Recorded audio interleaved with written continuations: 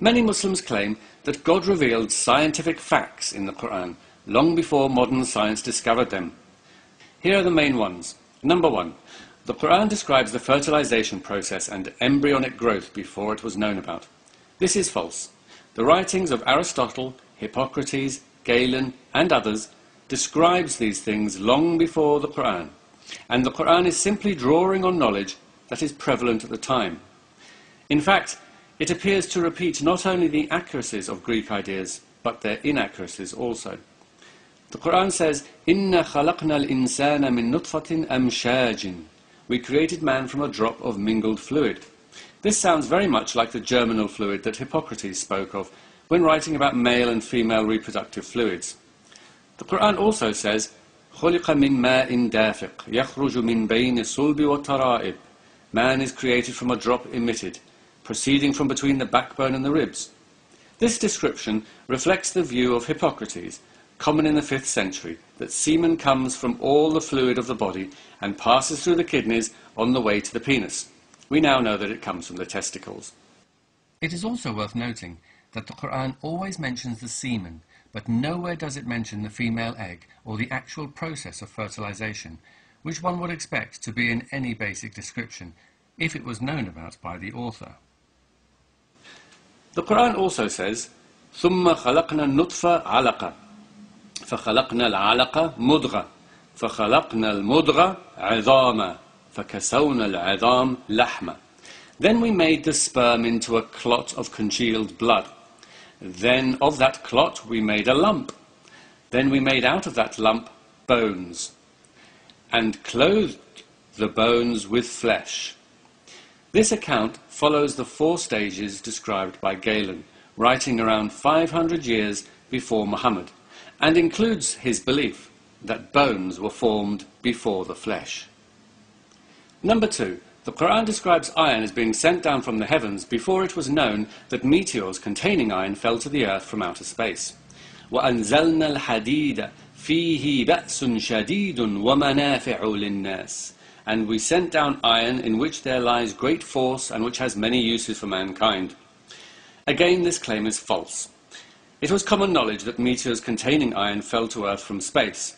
The ancient Egyptian word for iron was metal of heaven, and the Babylonians had a similar word. In fact, cultures as far-flung as Tibet and the Aborigines of Australia were all well aware that meteors fell to earth containing iron. Actually, all elements on earth came from outer space. By singling out iron, the Quran only appears to reveal its ignorance of this fact. Number 3. The Quran describes the moon's light as reflected light long before it was known. وَجَعَلَ الْقَمَرَ فِيهِنَّ نُورًا وَجَعَلَ الشَّمْسَ سِرَاجًا. And he made the moon as a light in their midst, and made the sun as a lamp. وَجَعَلَ فِيهَا سِرَاجًا وَقَمَرًا مُنِيرًا. And he placed therein a lamp and a moon giving light. The claim is that the words nur and munir mean reflected light. This is quite simply wrong. Nur means light and is used many times to refer to God himself, and so obviously cannot mean reflected light. And munir means to shed light. And for example, verse 46 of Surah Al-Ahzab makes this very clear when it says Sirajan Munira, using the very word that it said was only for the sun, Siraj, and then it says Munira, spreading light. But even if we were to accept the meaning they give, it was already known that the moon's light was reflected light, and 1,000 years before Muhammad, Aristotle described a lunar eclipse that makes this very clear. Number 4. The Quran mentions that salt water and fresh water don't mix before this was known. وَهُوَ الَّذِي مَرَجَ الْبَحْرَيْنِ هَذَا عَذْبٌ فُرَاتٌ وَهَذَا مِلْحٌ أُجَاجٌ وَجَعَلَ بَيْنَهُمَا بَرْزَخًا وَحِجْرًا مَحْجُورًا. It is he who has let free the 2 bodies of flowing water, one palatable and sweet, and the other salt and bitter. Yet he has made a barrier between them, a partition that it is forbidden to pass. Once again, there are other meanings that could be applied to this verse. However, if we accept the meaning given, it was already known about anyway, and 1,000 years before Muhammad, Aristotle wrote, "The drinkable sweet water then is light, and is all of it drawn up. The salt water is heavy and remains behind." Number 5. The Quran reveals the Big Bang before it was known about.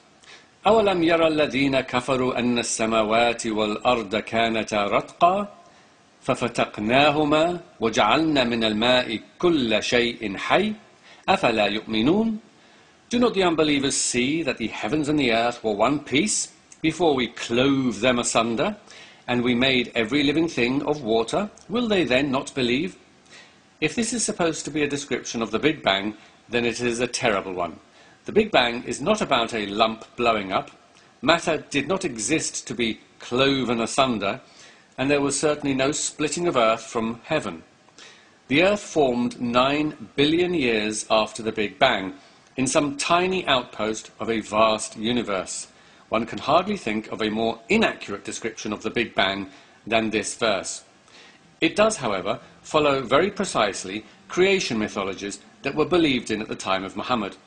According to the Sumerians, the heavens had been separated from the earth, and the idea that the heavens and the earth were one single block that was broken into two was common in ancient Egypt. Number 6. The Quran reveals that everything comes from water before this was known. This uses the verse that I have just quoted, and once again, it is false. It was already known about. Aristotle records that Thales believed that it, the nature of things, is water, and Anaximander stated that life came from the sea. Number 7. The Quran revealed that planets move in orbits before this was known.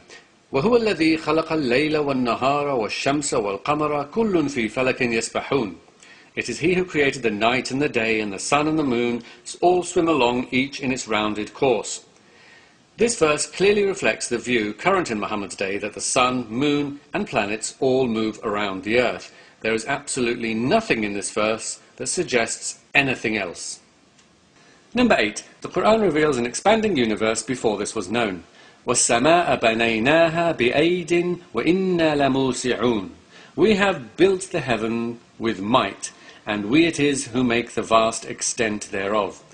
Firstly, this verse is not talking about the universe, it's talking about the sky. And secondly, it makes no sense to suggest it means God is expanding the universe after the verse has just said God has built the sky, past tense, since the universe was already expanding 9 billion years before the sky was formed. Number 9. The Quran reveals the gaseous state of the universe pre-Big Bang before this was known. ثُمَّ اسْتَوَى إِلَى السَّمَاءِ وَهِيَ دُخَانٌ. Then he turned to the heaven when it was smoke. Firstly, gas and smoke are not the same thing. Gas is a state of matter. Smoke is a collection of solids, liquids and gases that are emitted when a material combusts. Secondly, if one looks at the verses before and after this verse, one can see very clearly that it cannot have anything to do with the gaseous state of the universe. It says God created the earth, then he created the hills on the earth, and then it says he turned to the heavens when they were smoke. Number 10. The Quran mentioned the 7 layers of the atmosphere before this was known. It is He who created everything on earth for you, and then He directed His attention to the heaven and arranged it into 7 heavens. He has knowledge of all things. First of all, modern science usually specifies 5 layers, not 7. But more importantly, the Quran is clearly not talking about the atmosphere, but about the heavens, where the moon, sun, planets and stars are, because it also says, we have adorned the lower heaven with the beauty of the stars, and also, He made the moon a light in their midst, and made the sun as a lamp.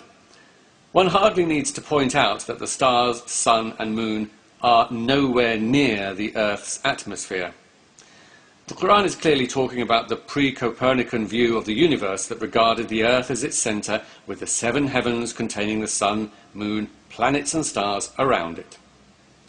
These are some of the main claims of scientific miracles in the Quran, but there are others. In fact, Muslims are discovering new ones all the time. It's not hard to do. Just open the Quran, pick a word or sentence and see if you can apply it to something in modern science. Don't worry if it's already been discovered or if the words don't fit. We don't have to let minor details such as facts and truth get in our way.